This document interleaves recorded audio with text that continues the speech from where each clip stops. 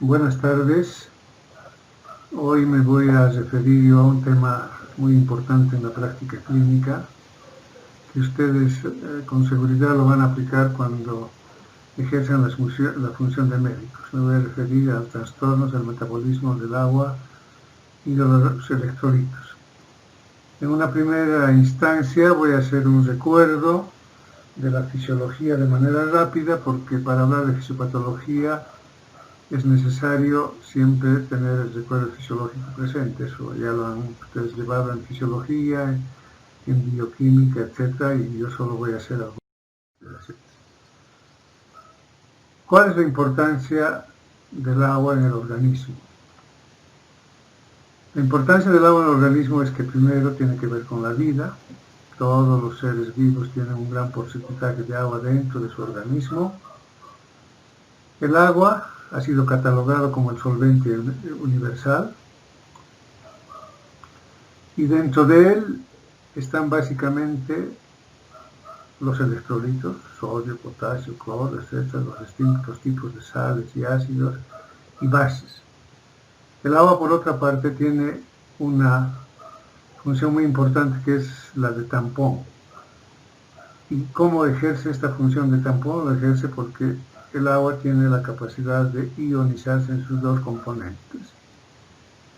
El agua también es muy importante porque en los seres vivos, en particular en los humanos, tiene que ver con la termorregulación a través del calor específico, la vaporización, el conductor que ustedes saben muy bien. Y finalmente tiene que ver con la osmolaridad, que luego veremos con mayor detalle a qué se refiere esto. ¿Cuáles entonces son las principales funciones del agua dentro del organismo? Es un excelente solvente, como ya les he dicho.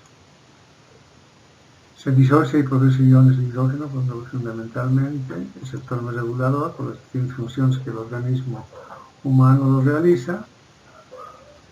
Permite la permeabilidad porque el agua está dentro del organismo en componentes, y estos componentes están separadas por membranas semipermeables por las cuales, como veremos luego, atraviesa el agua y también atraviesan los distintos electrolitos.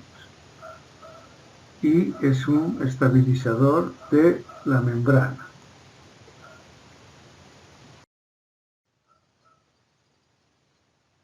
Hasta aquí entonces es importante recalcar que sin agua no es posible la vida.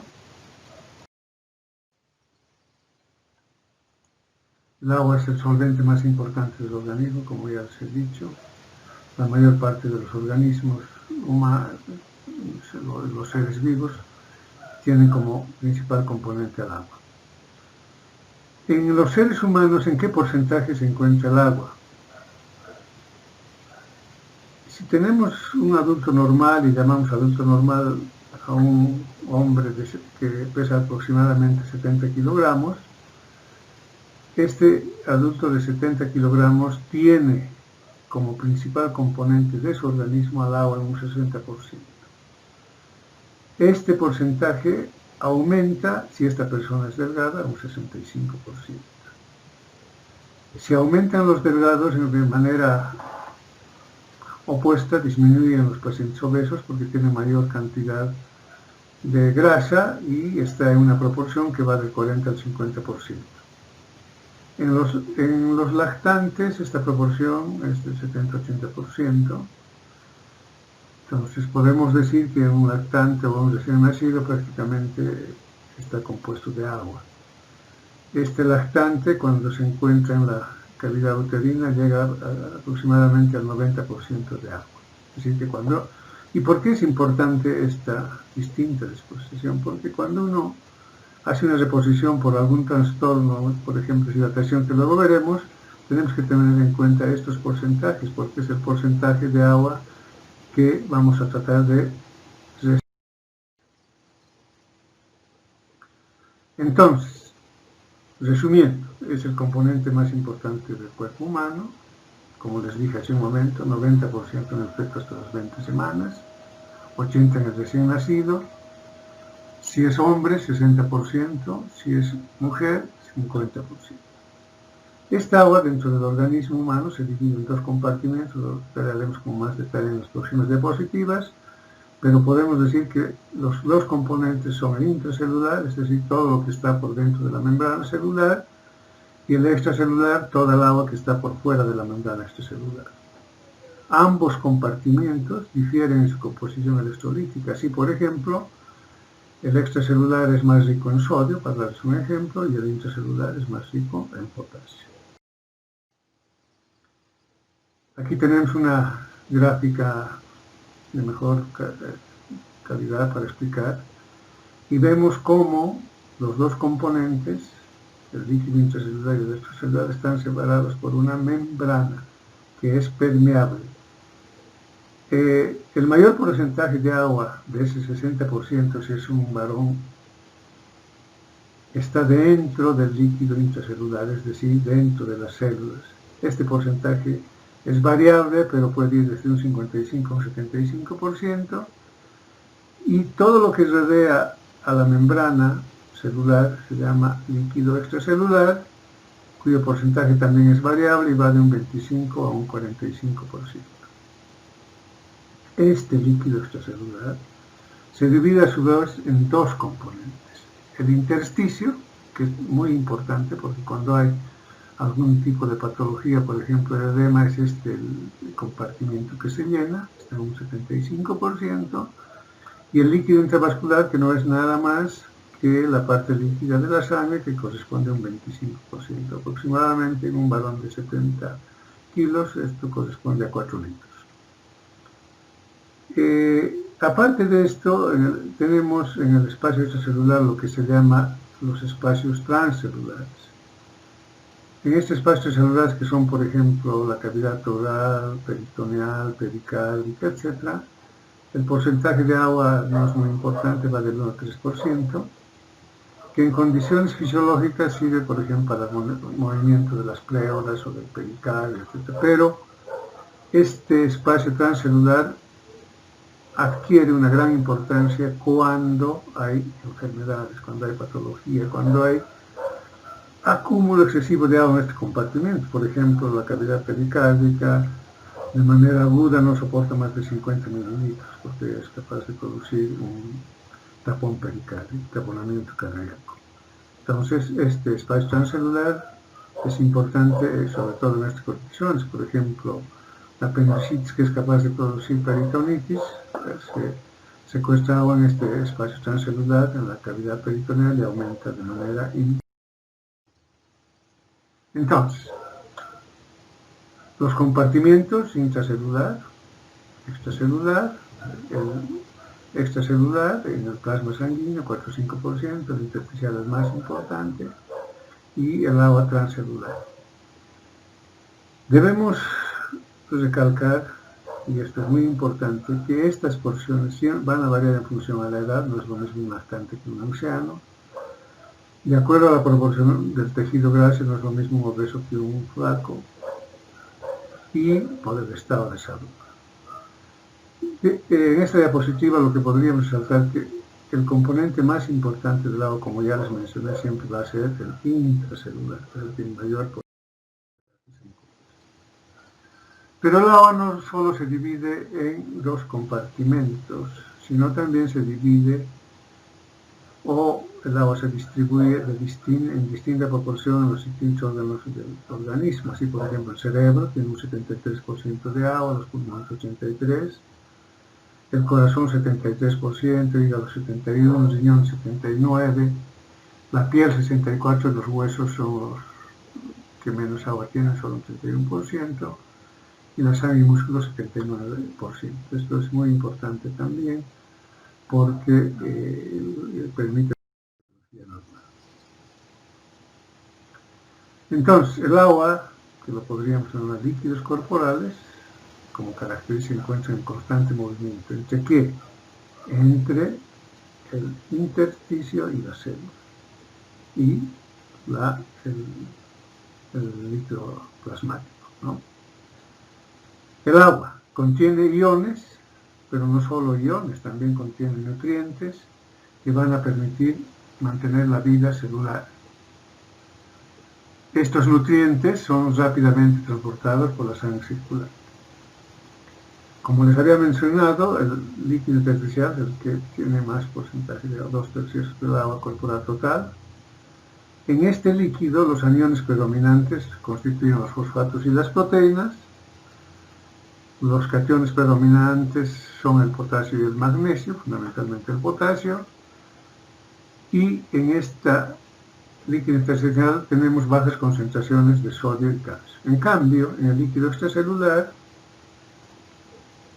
que ya les he dicho, divide en el intersticial y plasmático propiamente dicho, el 15% del agua corporal total. Este extracelular, entonces, está en el plasma, el 5%, es la porción líquida de la sangre, como ya les mencioné, la linfa, un 3%. Esta linfa tiene importancia porque dentro del movimiento de los líquidos en el organismo, en los capilares, siempre hay un exceso de agua que sale al intersticio y este tiene que ser vuelta al espacio vascular. Pero siempre hay, de acuerdo a la ecuación de Frank-Starling, un porcentaje mayor que sale que al que es vuelto a la circulación. Este porcentaje extra se queda, es devuelto a la sangre para que esto esté en equilibrio a través de la linfa, del tejido linfático. Y las otras proporciones que ya les mencioné, transcelular, celular. Entonces, unas palabras más sobre el agua transcelular. No es nada más que la fracción contenida en el tubo digestivo, por ejemplo, el líquido se valora aquí. Aquí, por ejemplo, el cerebro, al encontrarse en un compartimento rígido, no tiene capacidad de expandirse, porque cuando se expande por aumento de líquido va a producirse lesiones. Esto lo van a ver cuando veamos la fisiopatología neurológica o los pulmones, aquí los famosos derrames pleurales. Ya les mencioné que el agua varía según el peso, el sexo y la edad. De un individuo delgado masculino 70, femenino 70, y el normal 60-50, y el obeso, que tiene mayor cantidad de tejido graso, el masculino 50 y el femenino, vean ustedes, que puede tener solo un 42% de porcentaje de agua. Pero no solo eso, vuelvo a recalcarles que el porcentaje de agua dentro del organismo también cambia de acuerdo con la edad. En el infante normal, mayor proporción, y en el anciano. Okay. Les mencioné que el agua entre los distintos compartimentos se encuentra en constante movimiento. Y este movimiento permite que haya entre estos compartimentos intercambio interno del agua. Entonces, este movimiento se produce por distintos tipos. Por ejemplo, la difusión, que no es nada más que el movimiento de los gases sobre el agua, en este caso aprovechando un gradiente de concentración. No vamos a hacer mucho énfasis en esto porque esta es fisiopatología, solo les nombro para que ustedes recuerden sus clases de fisiología, su libro de fisiología. El efecto de Noonan, arrastre de solvente, la filtración que básicamente se realiza en el sistema renal, también se verá con más detalle cuando veamos la parte renal. Pero en el riñón no solo hay pues, la filtración, ¿no? Sino también hay la reabsorción, la secreción y finalmente la excreción. Y un movimiento que es propio del agua es la ósmosis, que no es nada más que el movimiento del agua a través de una membrana que, como les dije, tiene la característica de ser semipermeable.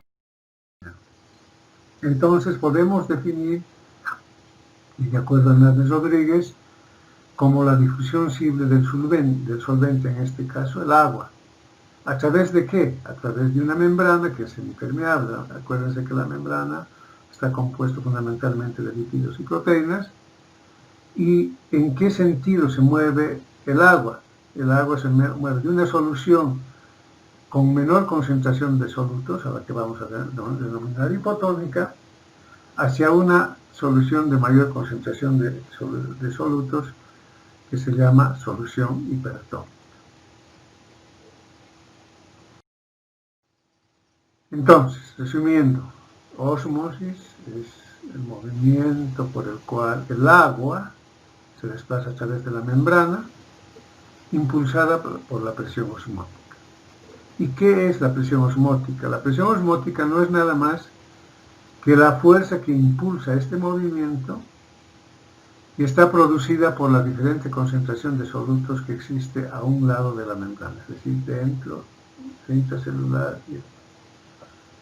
Pero podemos además decir que la presión osmótica, la presión osmótica sirve para detener el movimiento de agua en determinados. Nuevamente ejemplificando la ósmosis, aquí tenemos una solución hipertónica, eso quiere decir que hay mayor concentración de solutos en relación al agua, a través de una membrana semipermeable, y aquí tenemos una solución hipotónica, es decir, menor concentración de solutos en el agua. El movimiento va a ir del agua, va a ir de la solución menos concentrada a la más concentrada. ¿Hasta qué momento? Hasta que llega un momento en el cual hay un equilibrio. ¿De qué? Del agua, ¿no? Y además también de los electrolitos. La composición de electrolitos en ambos lados, tanto extracelular como intracelular, siempre es constante. Lo que cambia son sus componentes. El extracelular es más rico, por ejemplo, en sodio, y el intracelular es más rico en potasio. Entonces, la solución hipertónica es aquella que tiene mayor concentración de solutos comparado con la que se encuentra en el otro lado de la membrana. La hipotónica, en cambio, es la menor concentración de solutos respecto a la solución del otro lado, y la isotónica es cuando los solutos a ambos lados de la membrana se encuentran en la misma proporción. ¿Y qué efecto tiene la ósmosis en las células? Bueno, si tenemos, por ejemplo, una solución hipertónica, es esta. Cuando hay una solución hipertónica, primero la isotónica. Si tenemos una célula en una solución isotónica, que eso quiere decir que la tonicidad o la osmolaridad es igual dentro de la célula que fuera. En consecuencia, cuando una célula está en este tipo de solución, la célula no cambia. En la hipertónica, por el movimiento de líquidos que existe, la célula disminuye de tamaño, y en la hipotónica aumenta hasta explotar. Esto es lo que pasa cuando las células se encuentran en este tipo de soluciones. Esto es importante fundamentalmente en la práctica clínica. Por ejemplo, hoy, en el trauma cráneoencefálico, también sucede en la parte neurológica, se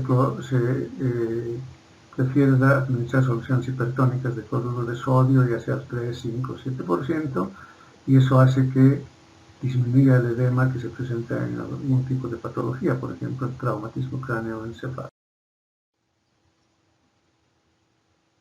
Entonces, hasta aquí podemos decir que el control del balance de agua entre las células y su entorno, que se produce a través de la osmorregulación, es esencial para la homeostasis de los organismos. Lo mismo, la isotónica, la hipotónica y la hipertónica. En la hipertónica la célula se plasmoliza, en la hipotónica no hay nada, y en la hipotónica se lisa, y en la isotónica no cambia. ¿Y qué respecto al balance diario de agua? En condiciones fisiológicas normales, la cantidad de agua que ingiere el organismo, a eso se llama ingresos, que tienen distintas fuentes, debe estar en equilibrio con la cantidad que egresa por distintas vías. Es decir, que por ejemplo, si nosotros consumimos agua 1500 centímetros cúbicos, los alimentos sólidos 800, y el agua endógena, producto del metabolismo, es de 300, vamos a tener una cantidad total de ingresos de 2600. Esta cantidad,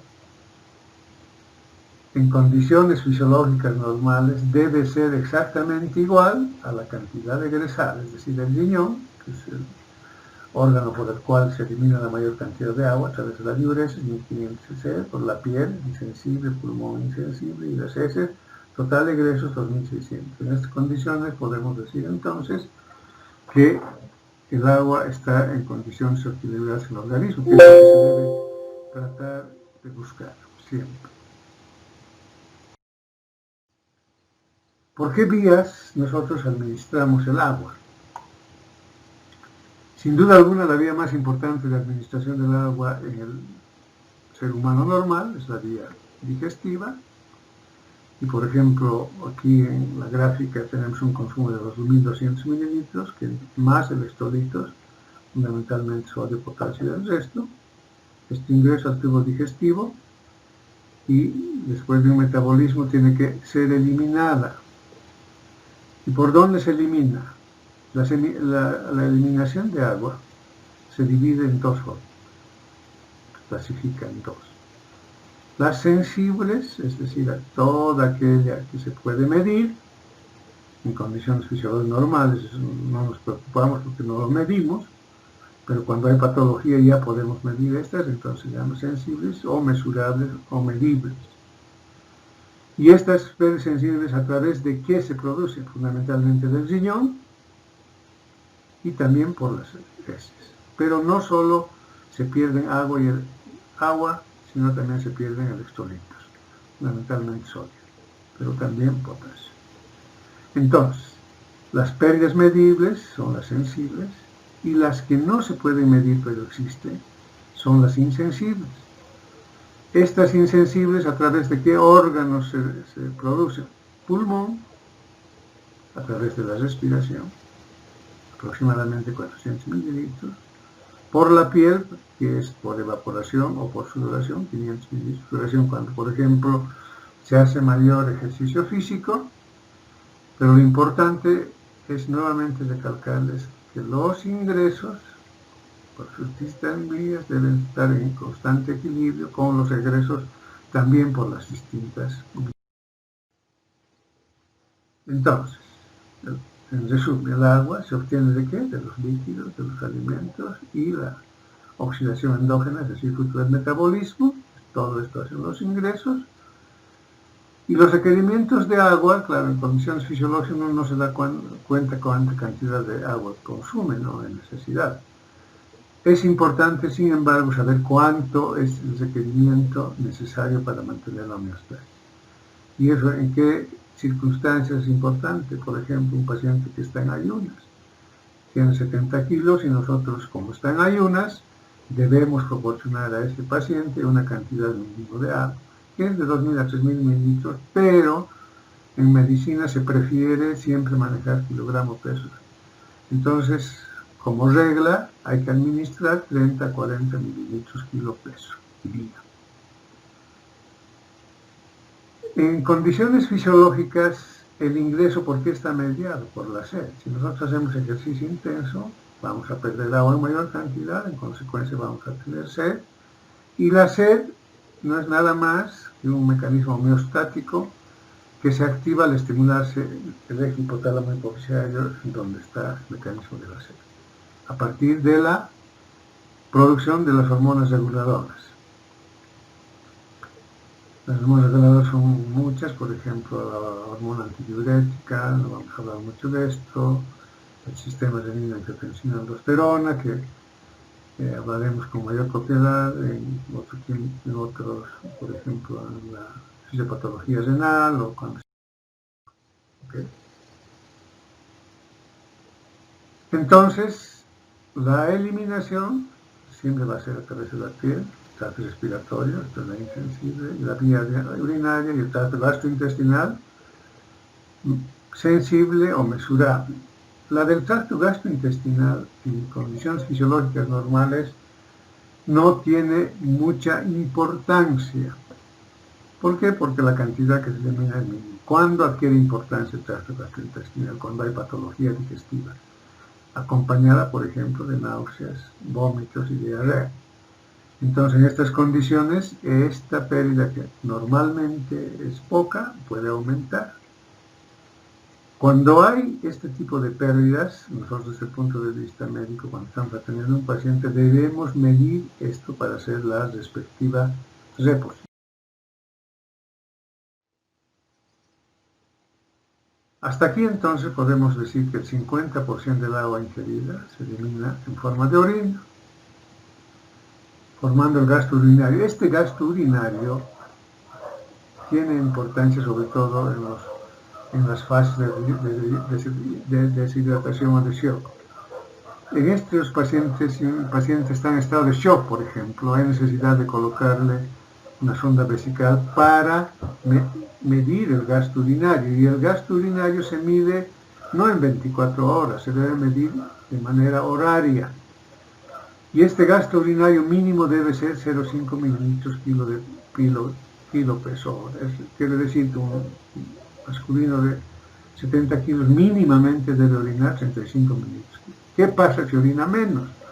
Si orina menos y uno no hace una adecuada reposición de líquidos, este órgano, es decir, el riñón, es capaz de entrar en insuficiencia renal, dejar de orinar y entonces tenemos otra complicación. Esto, ya les he dicho varias veces, las pérdicas insensibles, pero como también,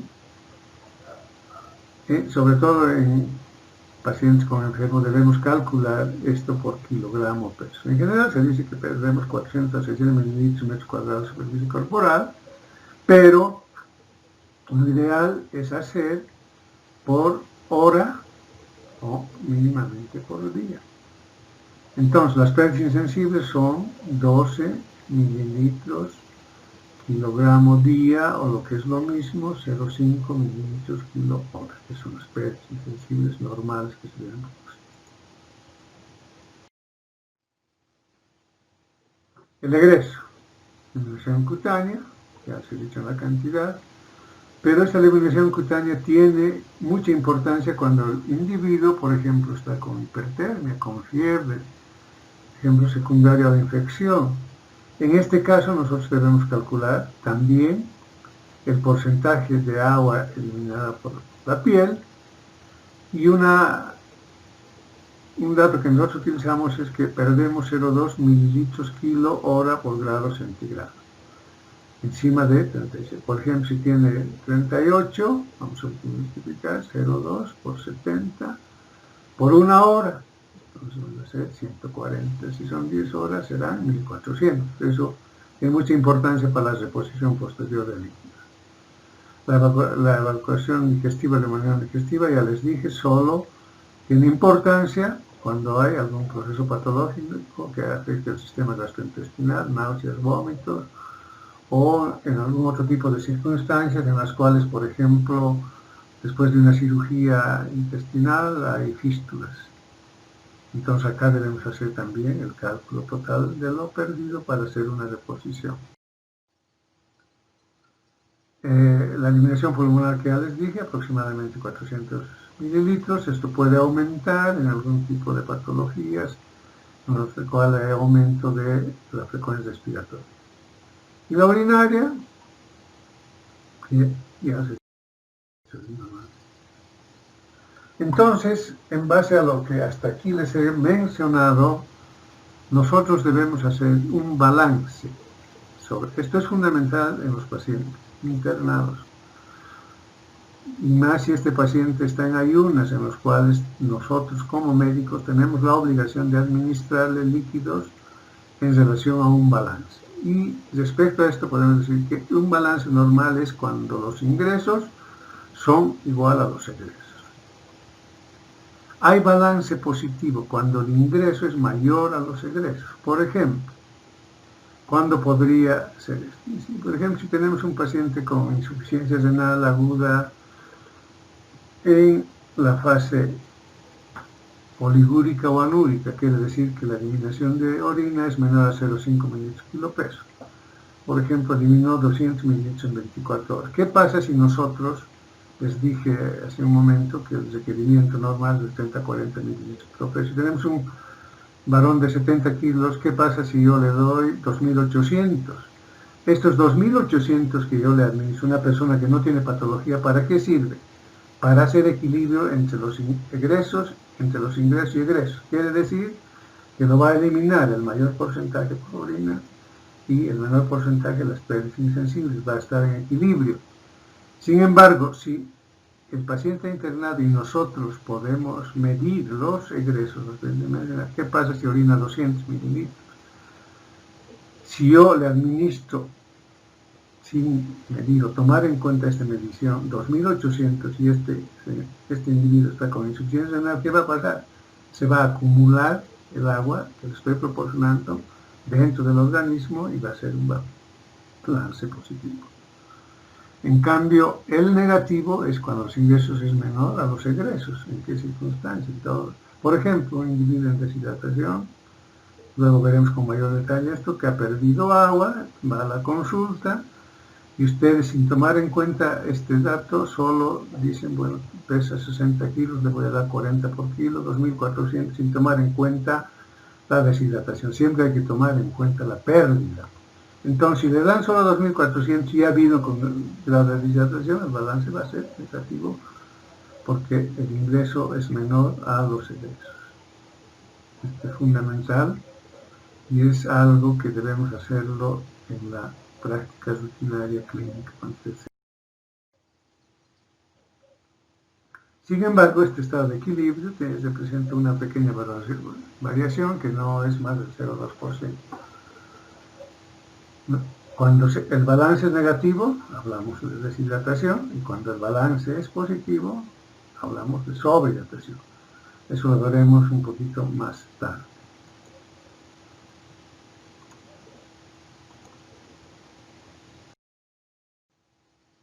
Entonces, vamos a empezar después de este breve resumen de la fisiología. He tratado de que este resumen sea comprensible porque es lo importante para que ustedes puedan entender, y después de escuchar esto se estimulen para ir a leer. Todos los libros prácticamente dicen lo mismo. Lo único que nosotros hacemos es tratar de transmitirles nuestra experiencia en base a lo que hacemos habitualmente. Entonces vamos a empezar a hablar de los trastornos, primero de los líquidos.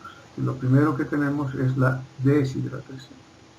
Hemos dicho que la deshidratación es la pérdida excesiva de líquido, es decir, cuando el individuo pierde más agua de la que le ingiere, es decir, tiene un balance negativo. Esta deshidratación se clasifica de distintas maneras. Por ejemplo, se clasifica de acuerdo al porcentaje del peso perdido. Y de acuerdo al peso perdido se clasifica en 3 grados. El grado 1 hasta el 2% del peso corporal, el grado 2 hasta el 5% del peso corporal y el grado 3 más del 8% del grado peso corporal. En condiciones normales, una deshidratación grado 1 no produce gran repercusión clínica. Por ahí el paciente reporta sed, por ejemplo. El grado 2 tiene ya mayor compromiso sistémico, empezará a haber taquicardia, probablemente hipotensión y aumento de la frecuencia cardíaca.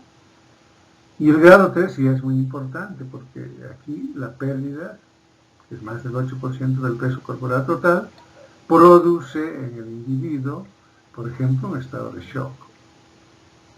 Y este estado, cuando vean shock, o si ya vieron, les habrán dicho que el shock se caracteriza por la pérdida de volumen, y esta pérdida de volumen produce en el organismo alteraciones fisiopatológicas, hemodinámicas, que se caracterizan por la presencia, por ejemplo, de taquicardia, hipotensión, disminución del flujo sanguíneo urinario. Para esto hay necesidad de colocar una sonda vesical y medir el flujo urinario por hora.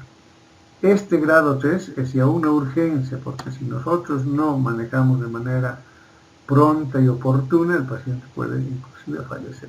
Okay. De acuerdo al tiempo transcurrido en aguda, por ejemplo, una hemorragia de cualquier naturaleza, o crónica, por ejemplo, diarreas, alteración del sistema gastrointestinal.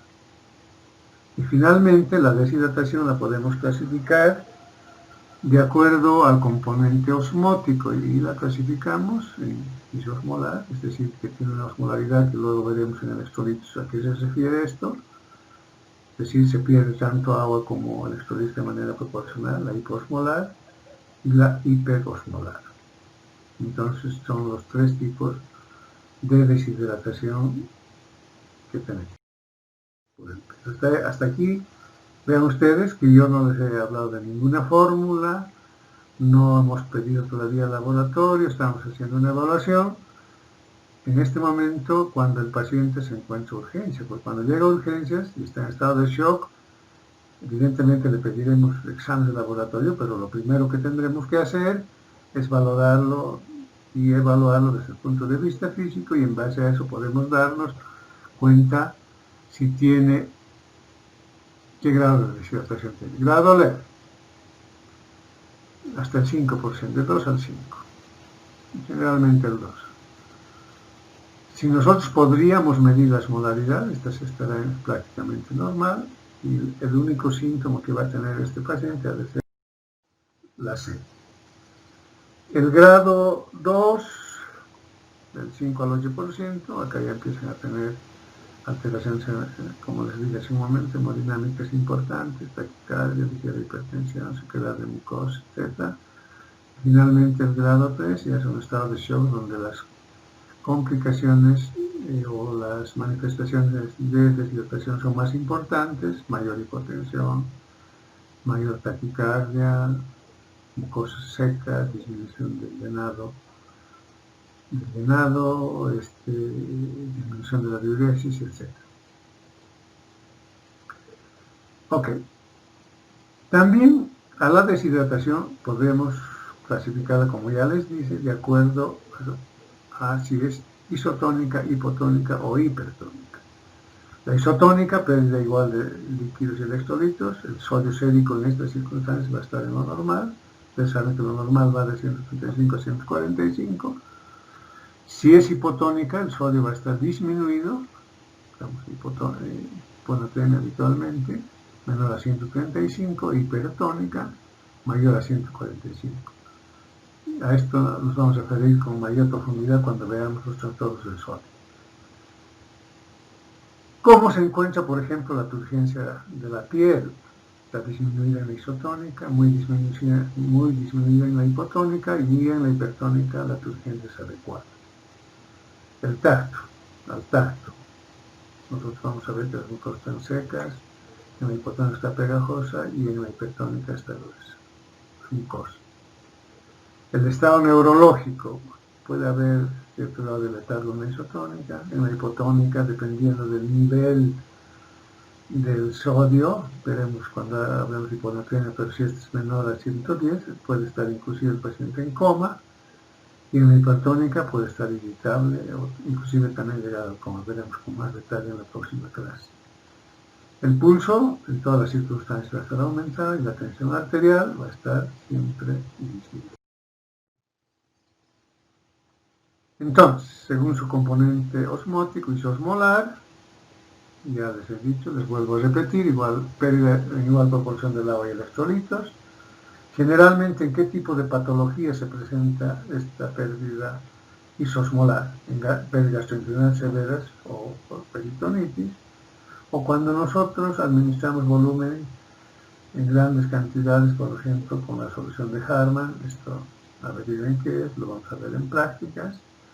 La hiposmolar se presenta cuando se pierde más electrolitos que agua, o se administra exceso de agua sin electrolitos. Acuérdense que así como nosotros tenemos necesidad de consumir 30 a 40 mililitros de agua, también tenemos la necesidad de consumir, las condiciones fisiológicas normales no nos damos cuenta, pero debemos consumir sodio 3 miliequivalentes por kilogramo de peso, y potasio, que son los más importantes, un miliequivalente kilogramo peso. Entonces, en la hiposmolar hay disminución, puede haber disminución de la ingesta de sodio a causa de vómito, diarrea, o si hay alguna enfermedad renal como la nefritis con pérdida excesiva de sal. También en alguna alteración endocrinológica como la insuficiencia suprarrenal, pero esto se verá con mayor detalle cuando se vea la fisiopatología endocrina. El manejo en estas circunstancias es restringir el agua. Como hay alteración de los electrolitos, suministrar de acuerdo a lo que nos reporte el ionograma. Aquí estamos utilizando el laboratorio y se puede administrar en bombos. Y hablamos de hiperosmolar cuando se pierde más agua que electrolitos. En estas circunstancias, como el agua se está perdiendo de manera más importante y no tanto los electrolitos, se va a ver una concentración excesiva de iones. La clínica se caracteriza porque hay fiebre o sudoración excesiva. A veces esta sudoración excesiva es secundaria al ejercicio extremo. En muchas importancia por fiebre. Por suerte en La Paz no tenemos el paludismo, aunque en el norte sí. enfermedad de Hodgkin, linfático, intoxicación alcohólica, así que jóvenes no intoxicarse con alcohol cuando tomen alcohol, ingesta adecuada de agua en pacientes con diabetes y poliúria. Cuando es hiperosmolar la deshidratación, el manejo lo vamos a hacer en base a soluciones hiposmolares. La mejor solución hiposmolar es el agua. Por ejemplo, si tenemos un paciente con cetoacidosis diabética, se verá en la fisiopatología endocrina, la mejor manera de restituir esa pérdida es con agua, si es que el individuo tiene capacidad de estar en condiciones mentales como para consumir agua. O podemos administrar soluciones que tengan cloruro de sodio en menor cantidad a la llamada solución isotónica, que es el 0,9%. Podemos administrar una solución salina al 0,45% o una solución glucosalina. En el otro extremo hemos hablado de deshidratación de manera rápida. En práctica será mayor énfasis sobre estos trastornos. Y ahora hablamos del otro extremo, de la sobrehidratación, es decir, mayor cantidad de agua en el organismo. Entonces, a la sobrehidratación la definimos cuando hay un aumento exagerado del agua y electrolitos, sin que el organismo sea capaz de eliminar de manera adecuada este exceso para entrar en equilibrio. Hay una alteración en la inhibición por cualquier patología. En general podemos decir que hay sobrehidratación si hay ingestión exagerada de líquidos o, en algunas circunstancias patológicas, peritonitis y absorción de líquidos al tercer espacio, por ejemplo. Esta sobrehidratación, al igual que la deshidratación, puede ser isosmolar, cuando no hay movimiento iónico. Si el paciente está internado y nosotros tenemos la posibilidad de mantener la presión venosa central, esta va a estar aumentada, aunque últimamente esto ya no es un indicador adecuado del agua, o en la sobrecarga cardíaca y pulmonar, es decir, por ejemplo, insuficiencia cardíaca de cualquier etiología.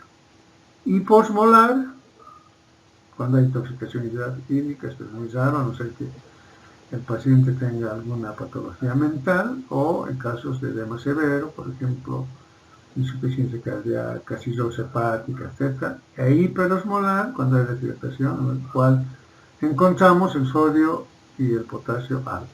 El sodio alto y el potasio. Muy bien, entonces aquí vamos a terminar esta primera clase y la siguiente hora me dedicaré a hablar sobre los trastornos de los electrolitos. De los electrolitos solo hablaré de dos, del sodio y el potasio. No así del calcio, del fósforo, por ejemplo, porque estas alteraciones, por ejemplo, del calcio y del fósforo se revisan de mejor manera cuando se habla de hiper o hipoparatiroidismo.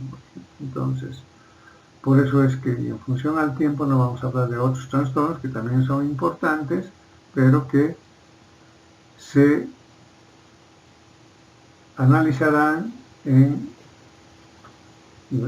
su tiempo cuando se vea esta fisiopatología, ya sea endocrina, cardíaca, etc. Muy bien, entonces nos vemos la próxima semana.